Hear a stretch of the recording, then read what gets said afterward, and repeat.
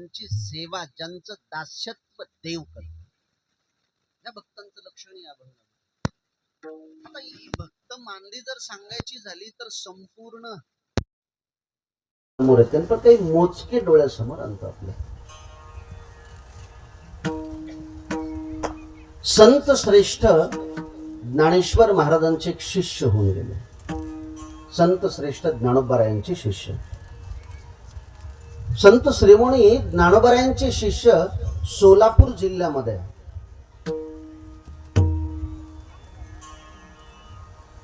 घरग्रस्ती जीवन जगणारे, नाव आहे त्रिलोचन, भक्त त्रिलोचन, संत त्रिलोचन.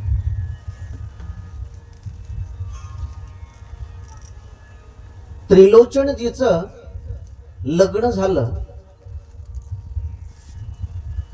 परंतु त्यांना संतान नाही झालं.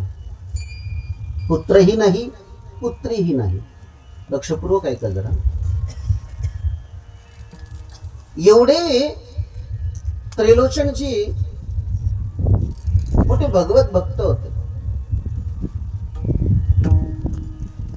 यांच्या जीवनामध्ये यांना सगळ्यात पहिली भेट नामदेव महाराजांची झाली पंढरपूरमध्ये.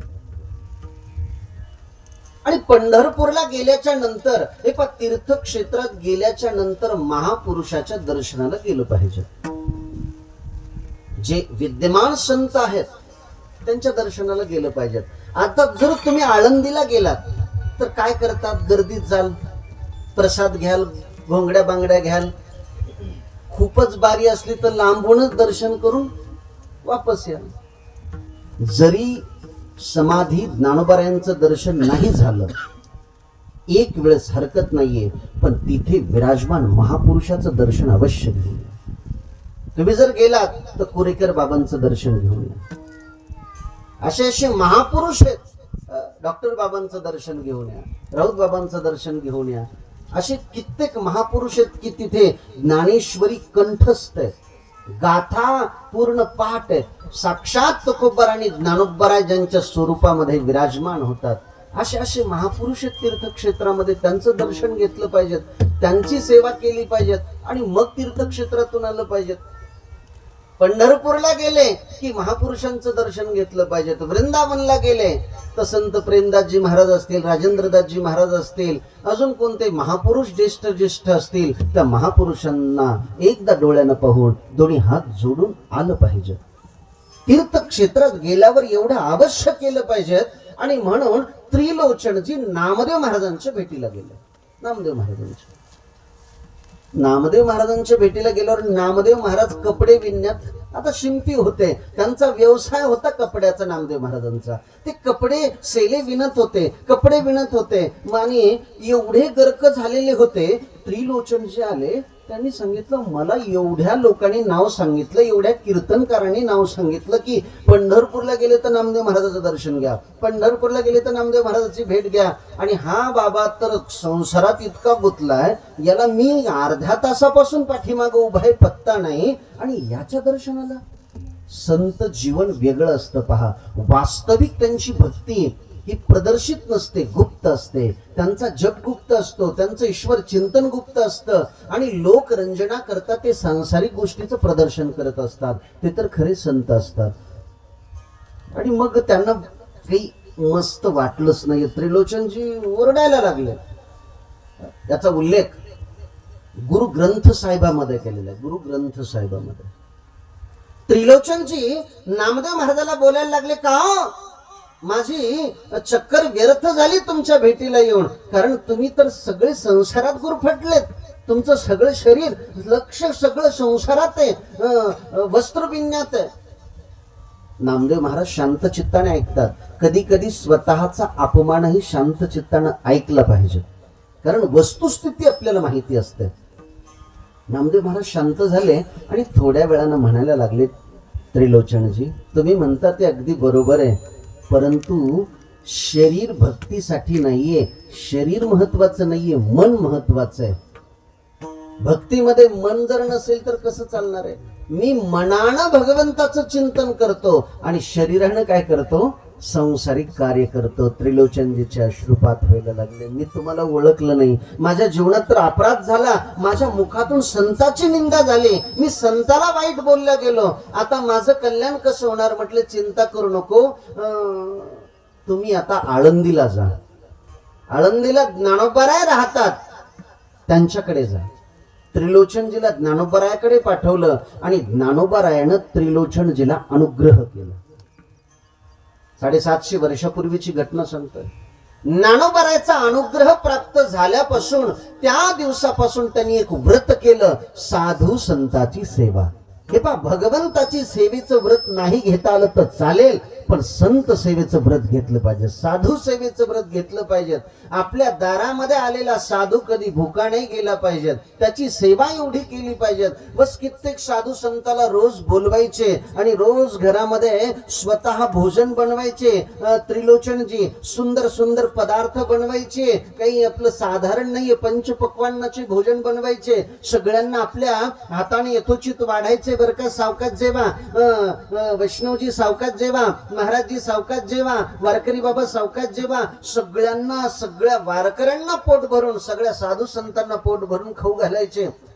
प्रसाद मिळाला की माणसं खुश होतात आणि पुन्हा पुन्हा त्यांच्याकडे जायला लागतात. पुन्हा पुन्हा कोण्या घरी जातं माणूस माहितीये का? जिथं चांगलं खायला भेटतं, प्रेमानं भेटतं. ह्या 2 गोष्टी असतील तर माणूस पुन्हा पुन्हा जातं आणि पुन्हा पुन्हा विचार करतं की आता कुठरोक आलं, घराचं काम कुठरोक आलं, कडी होती का नाही, काही होतं का नाही, हे असं माणूस पुन्हा पुन्हा पुन्हा पुन्हा विचारतं का नाही? का? तिथे आवड असते जाण्याची, म्हणून विचारतं माणूस सारखं सारखं. अगदी संत यायला लागले प्रचंड.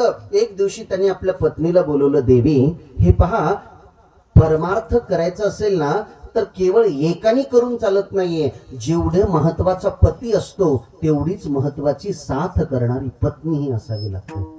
तूही माझ्यासोबत सेवा करू लाग संताची. पत्नीनं सांगितलं ठीक आहे, पण मी दुःखी. म्हटले आपल्याला मुलबाळ नाही. अरे म्हटले काय करायचं मुलबाळ, संत सेवा कर, हीच महत्वाची जीवनात. आणि दोघही पती पत्नी संताची सेवा करायला लागले. 10 वर्ष, 20 वर्ष, 40 वर्ष, 60 वर्ष म्हातारे झाले. म्हातारे झाल्याच्या नंतर संत सेवा करता येईना.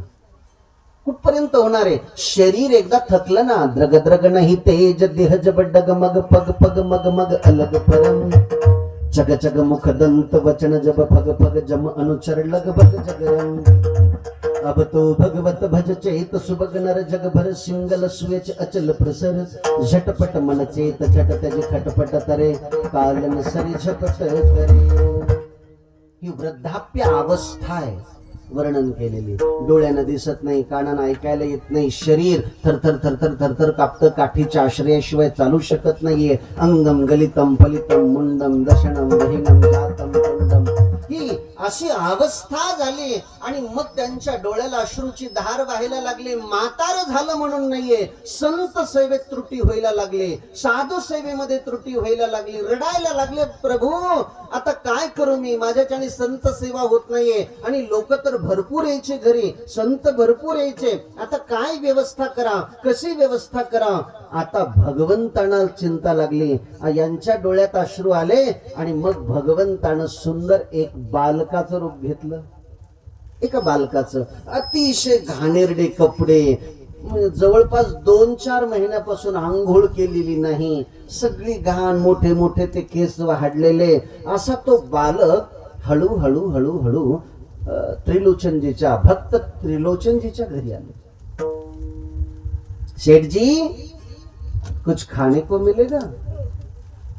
म्हाताऱ्या शेठजीने त्रिलोचनजीनं पाहिलं.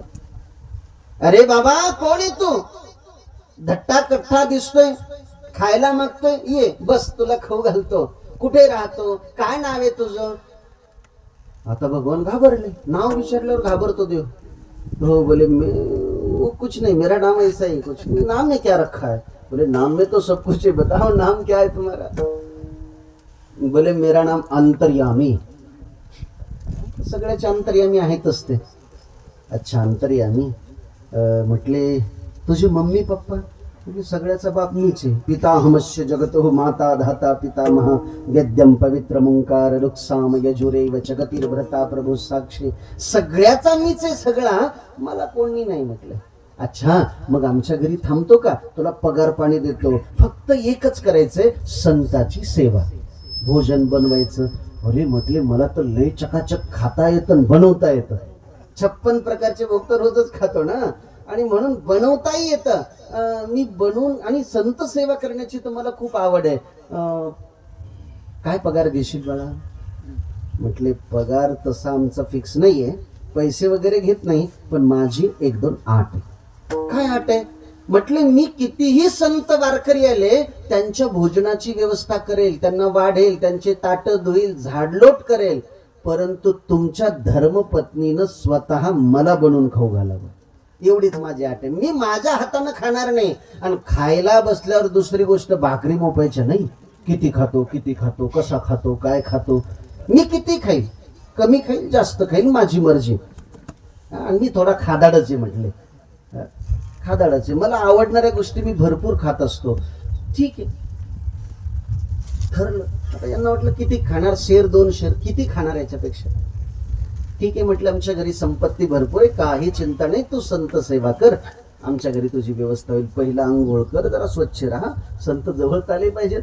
आणि मग त्रिलोचनजीनं आंघोळ घातली, स्वच्छ कपडे दिले, आणि त्या दिवसापासून अंतर्यामी भगवान त्रिलोचनजीच्या घरी वारकऱ्याची सेवा करायला लागले, संताची सेवा करायला लागले. त्या रस्त्यानं जे जे वारकरी पंढरपूरला जातील, सोलापूर मार्गे, त्या मार्गे जाणारे, बार्शी मार्गे जाणाऱ्या वारकऱ्यांची अतिशय सेवा. एका रांगेत बसवल्याच्या नंतर स्वतः भगवान परमात्म्याने 56 प्रकारचे व्यंजन बनवायचे, रबडी, रसमलाई, मालपोहे, जिलाबी, अतिशय सुंदर, प्रत्येकाला आग्रहानं वाढवायचे. घ्या घ्या घ्या. भगवंताच्या हातचा प्रसाद मिळाल्याच्या नंतर किती दिव्य तृप्ती असेल, किती आत्मानुभूती असेल, ती काय आनंद असेल. अतिशय सगळं आनंदात चाललं. आणि यांची पत्नी रोज यांच्यासाठी स्वयंपाक बनवायची. आणि हे एकदा का जेवायला बसले ना, 1 शेर, 2 शेर, 3 शेर, 4 शेर, 5 शेर, जेवढे वारकरी त्या दिवशी जेवले त्याच्यापेक्षा 1 जणाचं जास्त जेवायचे. 100 जेवले तर 101 जणाचं जेवायचे. अंतर्यामी. पण काही बोलायचं नाही, बोललं तर अवघड होईल. असा फुकट मिळालाय गरीब कामावर, बोलल्यावर कसं काय होईल. बरेच दिवस गेले, 12 महिने झाले, 13 महिने झाले. आणि 13 महिन्याच्या नंतर त्रिलोचनजीच्या धर्मपत्नी पाणी आणण्याकरता गेल्या. आणि गेल्याच्या नंतर त्यांनी पाणी आणायला गेल्या की तिथं महिला असतात पहा. आणि महिलांची भेट झाली की बऱ्याच गोष्टी सुरू होतात. बाई, तू लेच तब्येत खराब दिसती, तू काय सासू धड नाही का, तुला झालंच काय, काय हॉस्पिटलला जावं, चांगलं खात नाही का, घरचे देत नाही का, सगळे विचारपूस करून घेतात. आणि अशा सगळ्या महिलांनी तिला घेरलं आणि विचारायला लागली, बाई तुझ्या घरी तर काही कमी नाही, आणि मग तू एवढी देवाची भक्ती करता, तुम्ही सगळे तुमच्या घरचे चांगले लोक, आणि तू अशी खराब का. ती म्हणे, काय सांगावं मा, नशीब फुटक. आमच्या मालकानं एक पोरगा आणला, तो सेवा तर खूप करतो वारकऱ्यांची, खूप करतो, पण त्याची सेवा मला करावी लागते. जेवढे लोक रोज जेवतात त्याच्यापेक्षा 2 पटीनं एकटा खातो. मला सगळ्याची सेवा केलेली परवडली, पण एकट्याची सेवा केलेली परवडली नाही. चपात्या लाटू हात गेले, अंग झिजून गेलं काम करू त्याच्या पुढं पळू. काय सांगावं. बस अंतर्यामी त्यांना कळालं. आता हे पा, भगवंताला आपण जर काही केलं ना, तर कधीही उच्चारू नका, मी असं केलं, मी देवासाठी असं केलं, मी पंगत केली, मी यात्रा केली, मी पंढरपूरला गेलो, मी आळंदीला गेलो, मी अमुक महाराजाला दान दिलं, मी तमुकाला दान दिलं. जे ईश्वरासाठी आपण करतो त्याचा उच्चार कधी वाणीनं करायचा नाही. ईश्वराला केलं ते समर्पित असतं. ते जर आपण उच्चारलं तर भगवान आपल्यावर रुष्ट होत असतात. भगवान परमात्मा अंतर्धान झाले, अंतर्यामीचे अंतर्धान झाल्याच्या नंतर मालकीनबाई पाणी घेऊन घरी आल्या. साधू संत वारकरी येऊन बसले, जेवायची तयारी झाली नाही. सगळे ओरडायला लागले. म्हातारे झालेले त्रिलोचनजी घरात पाहतात तर अंतर्यामी नाही, अंतर्यामी कुठे, अंतर्यामी कुठे, 1 तास शोधलं, अख्ख्या गावात शोधायला लागले. का आमचा अंतर्यामी पाहिलं का, तुमच्या गल्लीला आला का, तुमच्या मंदिरात आला का पूजा करण्याकरता, तुमच्याकडे आला का धोंड्याचा महिना दर्शनाला, सांगा धोंडे खायला आला, सांगा कुठे कुठे अंतर्यामी. सगळीकडे विचारलं, अंतर्यामी सापडायला तयार नाही. आणि शेवटी त्रिलोचन रडायला लागले. पत्नीला विचारलं, तू काही बोलली का? पत्नी म्हटली, मी तिकडं आडावर विहिरीवर एक शब्द बोलले होते. अरे म्हटले, कशाला बोलली? तो गेला नक्की, त्यांनी ऐकलं असेल चोरून. रडायला लागले. एवढे रडतात. आता का रडतात? संत सेवा कशी होईल हा सोडून गेला. संत सेवा कशी होईल? नेत्रातून अश्रुधार व्हायला लागली. माझ्या पंढरीनाथ परमात्म्याचं हृदय मोठं द्रवीभूत झालं आणि पंढरीनाथ परमात्मा त्यांच्या घरी प्रत्यक्ष प्रगट झाला. प्रत्यक्ष पंढरीनाथ परमात्म्याला पाहून त्रिलोचन तर रडायला लागले. देवा तुम्ही कसे येते? म्हटले, 13 महिन्यापासून त्याच घरी आहे ना. त्या चपात्या वाढायला, झाडलोट करायला, तू हे पाय दाबायला, सगळी सेवा करायला मी तर आहे. म्हटले, तो अंतर्यामी? अरे म्हटले, मीच अंतर्यामी होतो.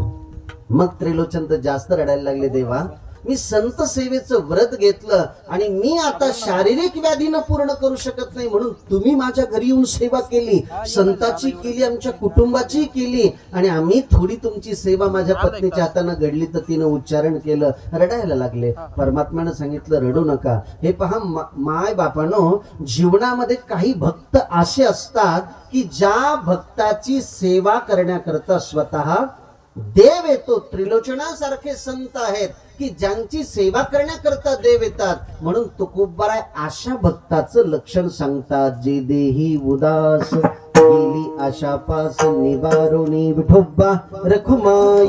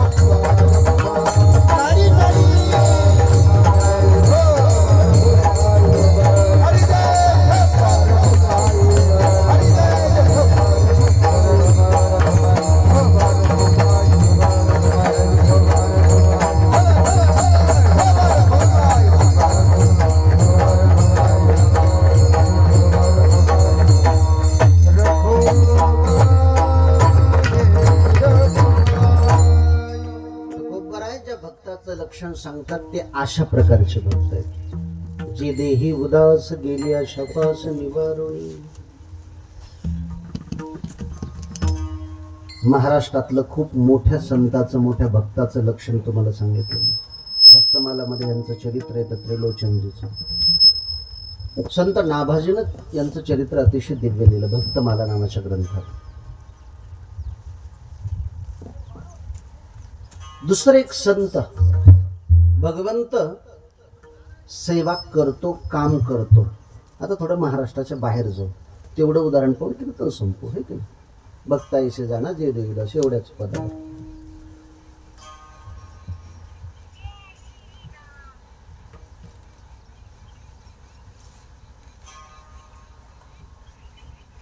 खूप भगवंताची सेवा केली म्हणजे भगवान खुश होतो असं नाहीये. शेतकरी होता एक शेतकरी,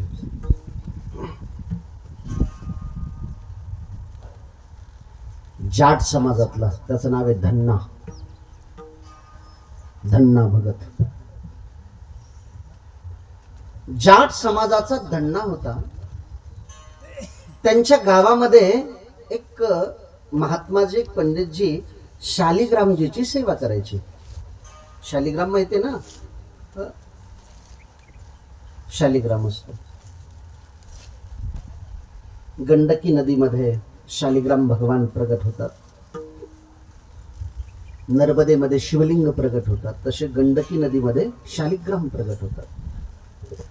शालिग्रामजीची सेवा रोज त्यांना दही टाकणं, दूध टाकणं, तूप टाकणं, त्यांना गंध लावणं, त्यांना असं सगळं सगळं हे धन्ना भगत रोज पाहायचा. त्याने विचारलं, महाराज हे तुम्ही काय करता? त्याला माहीतच नाही. शेतकरी बिचारा, काम करणे खाणे एवढंच माहिती. गरीब जाट समाजातला एक व्यक्ती. त्याने सांगितलं, अरे आपण यांची सेवा केली तर हे आपले काम करतात. अच्छा, मला तर काम करायला कोणीच सोबत नाही, मला द्या म्हणे तुमचा देव, काम करायला सोबत तरी होईल. अरे म्हटले, असा काम नाही करत तो, त्याची अगोदर खूप खातिरदारी करावी लागते. हो करेल म्हणे मी, द्या म्हणे देव तुमचा. आता आपल्या सेवेत जो देव आहे तो कुणाला द्यायचा नसतो. आपण जी माळ जपतो ती कुणाला द्यायची नसते. आपण जे कपडे घालतो ते कुणाला द्यायचे नसतात. आपली चप्पल कुणाला द्यायची नसते. नवी घेऊन द्या, आपली चप्पल कुणाला देऊ नका. आणि चुकूनही दुसऱ्याची चप्पल पायात घालून जाऊ नका. धन्ना भगत. आता याला काय करावं काय करावं मोठी चिंता पडली. मला उद्या ये, उद्या तुला देतो. बाहेर गेले, एक गोलमोल दगड आणला, त्याला तेल तुपानं असं सुंदर स्वच्छ केलं आणि त्याला तोंड वगैरे काढलं, गंध तिलक केला, पूजा केली आणि मोठा असं चौरंग, मोठ्या चौरंगावर उंच असा ठेवला मोठा, आणि त्यांचा छोटासा शालिग्राम खाली ठेवला. धन्ना भगत आला दुसऱ्या दिवशी, महाराजजी मला द्या ठाकूरजी. ऐका जरा लक्षपूर्वक. ठाकूरजी द्या म्हटल्याच्या नंतर यांनी सांगितले, हे पहा, खालचा एक ठाकूरजी, वरचा एक ठाकूरजी आहे. वरचा जो आहे तो राजा ठाकूरजी आहे, खालचा आहे तो शिपाई ठाकूरजी आहे. कोणता पाहिजे? राजा पाहिजे का शिपाई पाहिजेत? तू जर राजा नेला तर तुझं काम चांगलं होईल, शिपाई नेला तर काही खाली येतो. मी जर कधी आलो तर माझा ठाकूरजी वरती राहील आणि तुझा खाली राहील. पटेल का तुला? अजिबात नाही, आपल्याला वरचा पाहिजे. वरचा म्हणजे गोंडमोल दगड होता, दिला त्याच्या हवले करून. काय करणार आहे, जा घेऊन. हा घरी आला, संत निघून गेले, आणि घरी आल्याच्या नंतर त्याने त्या दिवसापासून जीवनच बदललं. पहा,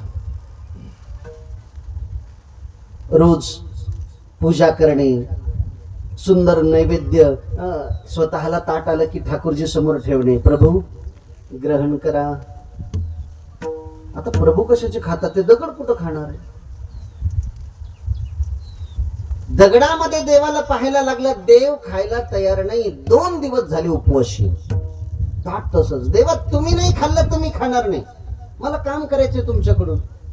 तुम्हाला तुमची खातिरदारी करावी लागेल, तुम्हाला अगोदर खावं लागेल. 3 दिवस झाले, देव खायला तयार नाहीयेत. शेवटी सांगितलं, आता मी तुझ्या जवळ डोकं आपटून मरेल पण वापस जाणार नाही. घरचे म्हणले पागल झालं. धन्ना पागल झाला, घरचे सगळे म्हणले पागल झाला. ठाकूरजीनं पाहिलं आणि ठाकूरजी प्रत्यक्ष त्या दगडातून प्रगट झाले. दगडातून प्रगट झाले आणि धन्ना भक्ताची भाकरी खायला लागले. धन्ना भक्ताची भाकरी. धन्ना भगत म्हणला, हे पाय 2च भाकरी आहेत, एक तू खाणी एक मला ठेव, सगळ्याच घेशील खाऊन. 3 दिवसापासून उपवासी. म्हणून तर संत म्हणतात ना, धन्ना भक्त अनोखा. ओ धन्ना भक्त अनोखा, जय हो. घर में हरि को दोनों हाथ उठाइए. भक्त धन्ना अनोखा, घर में हरि को देखा, हरि दौड़े दौड़े आए, खेतों में हाथ चलाए. ओ हरि दौड़े दौड़े आए, खेतों में हाथ चलाए. निर्मल हृदय से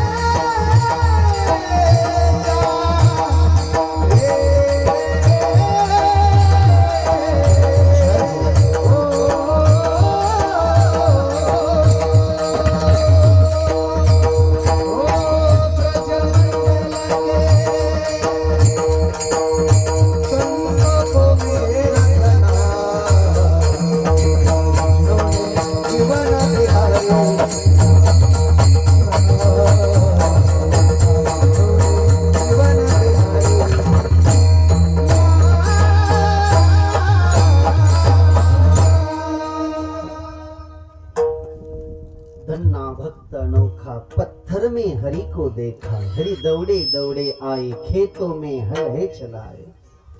भगवान परमात्मा धन्नासोबत राहायला लागले, भाकरी खायला लागले, त्याच्यासोबत शेतात जायला लागले. आता नांगरटीचे दिवस होते, याच्याकडे बिचाऱ्याकडे एवढी गरिबी, बैलही नव्हते, ट्रॅक्टर तर नव्हतंच तेव्हा.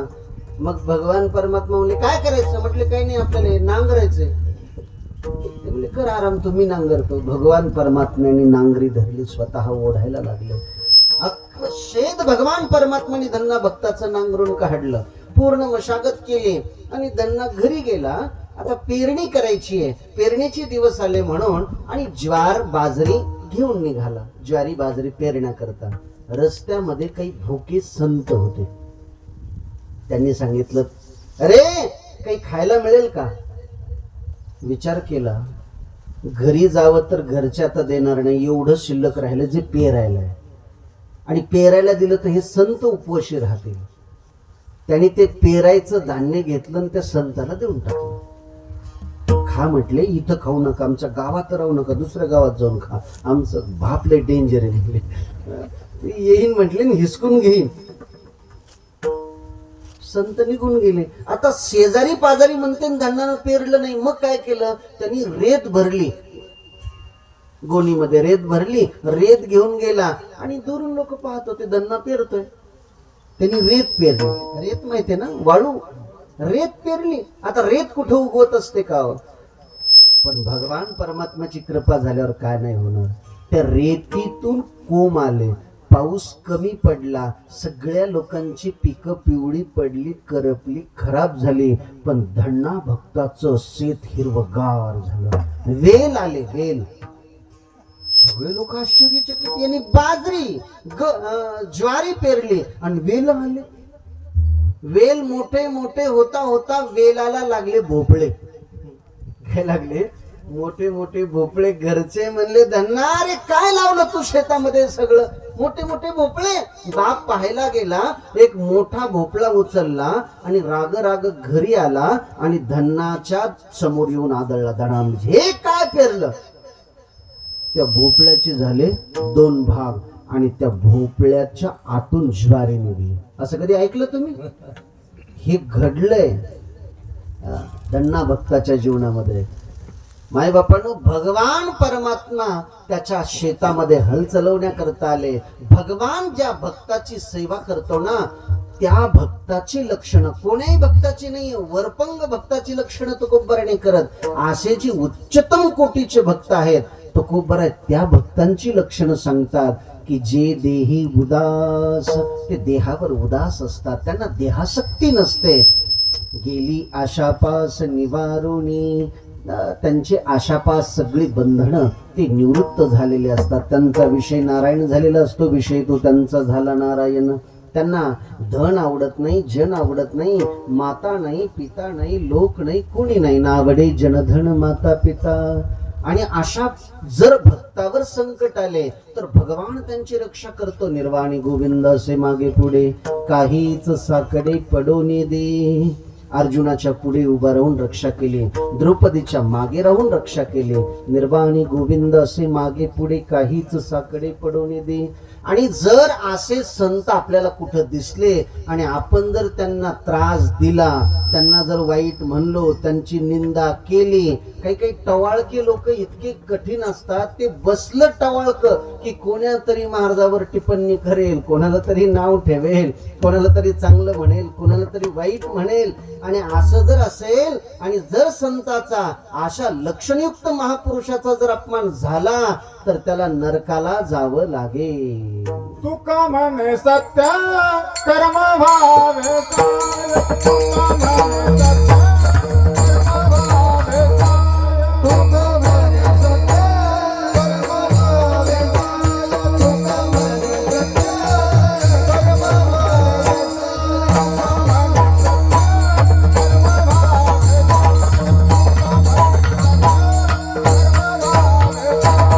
तुका म्हणे सत्य कर्म भावे साय.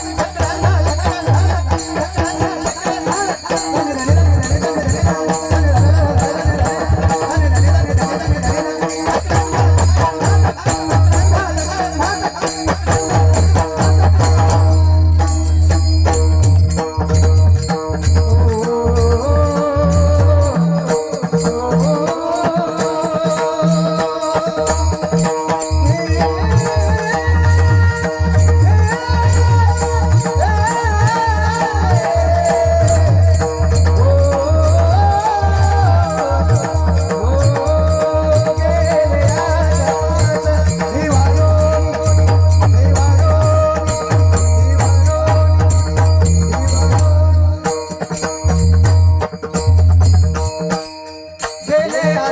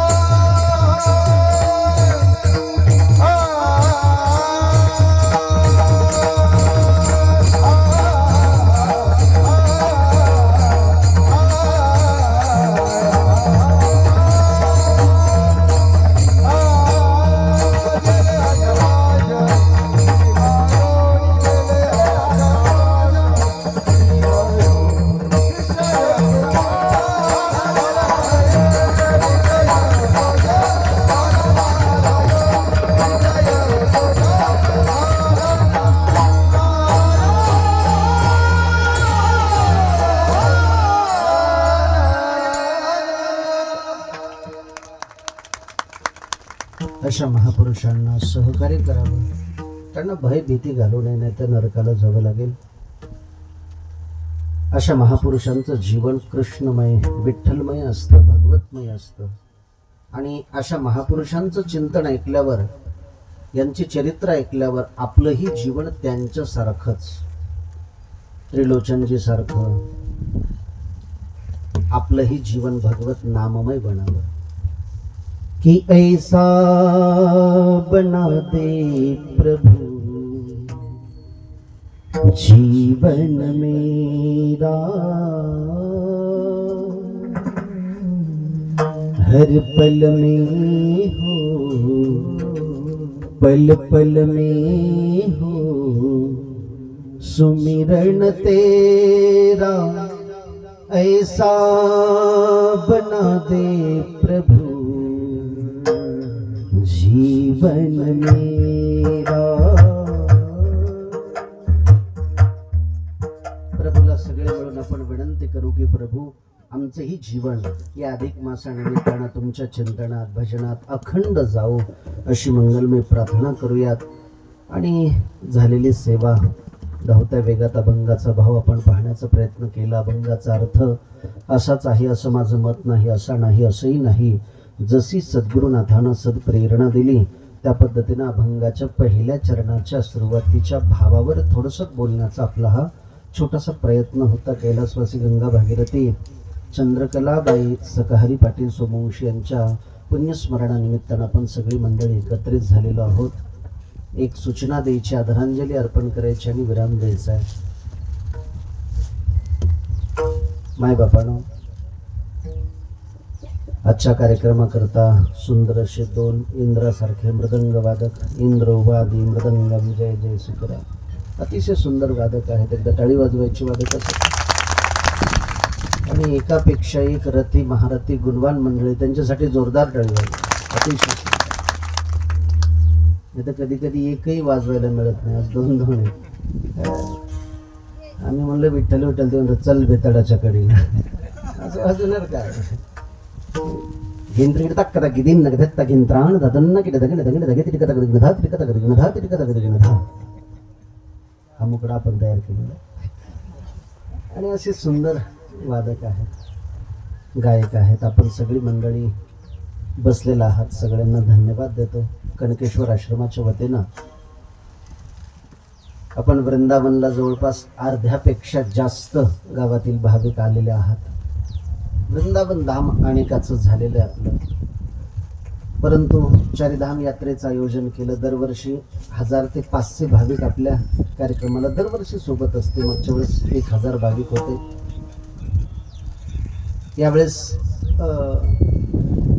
रामेश्वर झालं, जगन्नाथपुरी झाली, द्वारका झाली. आता चारिधामापैकी उत्तराखंडाचे चारिधाम म्हणून जे प्रसिद्ध आहे, केदारनाथ, बद्रीनाथ, गंगोत्री, यमुनोत्री, हा प्रवास होणार आहे हरिद्वार ऋषिकेशासहित. ज्या भाविकांना यायची इच्छा असेल त्या 8 दिवसात त्याची रिझर्वेशन तिकीट निघणार आहेत. सप्टेंबर महिन्यामध्ये आपल्याला तिथे जायचंय. म्हणून नावाची नोंदणी ज्यांना यायचं असेल त्यांनी या 8 दिवसाच्या आतच करायची आहे. जसं एरवी आपण एखाद्याच्या नावावर येऊ शकत होतो तिकडे तसं येता येणार नाहीये, कारण 2 ट्रेनचा प्रवास आहे. पुढं ऑनलाईन बुकिंग करावी लागते, वरती हिमालयाचा परवाना घ्यावा लागतो जाण्याचा माणसाचा प्रत्येकाचा. आणि म्हणून ज्या भाविकांना यायचं असेल, मी पत्रक मोबाईलला टाकलेले आहे अनेकाच्या, बाकी पुन्हा ग्रुपला गावात कुठे टाका सगळ्यांना, म्हणजे प्रत्येकापर्यंत पोहोचेल अशी विनंती असेल. ज्या ज्या भाविकांना यायचे त्यांनी आपल्या नावाची नोंदणी करायची आहे. आता कीर्तन झाल्यावर सगळ्यांनी भोजन प्रसाद घेऊनच जायचं आहे. ज्यांची सुंदर संशिष्टीने आमचा संत सेवाच त्यांच्याकडे. धोंड्याचा काय काय काय निघतो धोंड्याचाच कोण अतिशय सुंदर सिस्टम आहे आपल्या भागामध्ये. आम्ही बीड बाहेरही त्या कथेसाठी घेऊन सोबत जात असतो. अतिशय सुंदर संस्कृती मिळतात. टाळी वाजवायची त्यांच्यासाठी, सुरेश भाऊ आणि काका भाऊ यांच्यासाठी. धन्यवाद. मस्की गाव म्हणजे आमचं अतिशय प्रेमाचं गाव आहे. इथे सगळी मंडळी आतोनात प्रेम करणारी. हा, डिसेंबर मध्ये अयोध्येला मोठं आयोजन आहे रामकथेचं, आणि फेब्रुवारी मार्च मध्ये वृंदावनला आहे. असे पुढचेही कार्यक्रम आहेत. पुढेही ज्यांना ज्यांना वृंदावनसाठी अयोध्येसाठी यायचे त्यांनी ही नावाची नोंदणी करायची. एकदा सगळ्यांनी हात जोडा, पाठीमागे श्लोक म्हणा. कैलासवासी गंगा भागीरथी चंद्रकलाबाई सकहरी पाटील सोमवंशी यांना आदरांजली अर्पण करूया आणि कीर्तन विरामाकडे नेऊया. ओम पूर्णमद पूर्णमिदं पूर्णात् पूर्णमुदच्यते पूर्णस्य पूर्णमादाय पूर्णमेवावशिष्यते.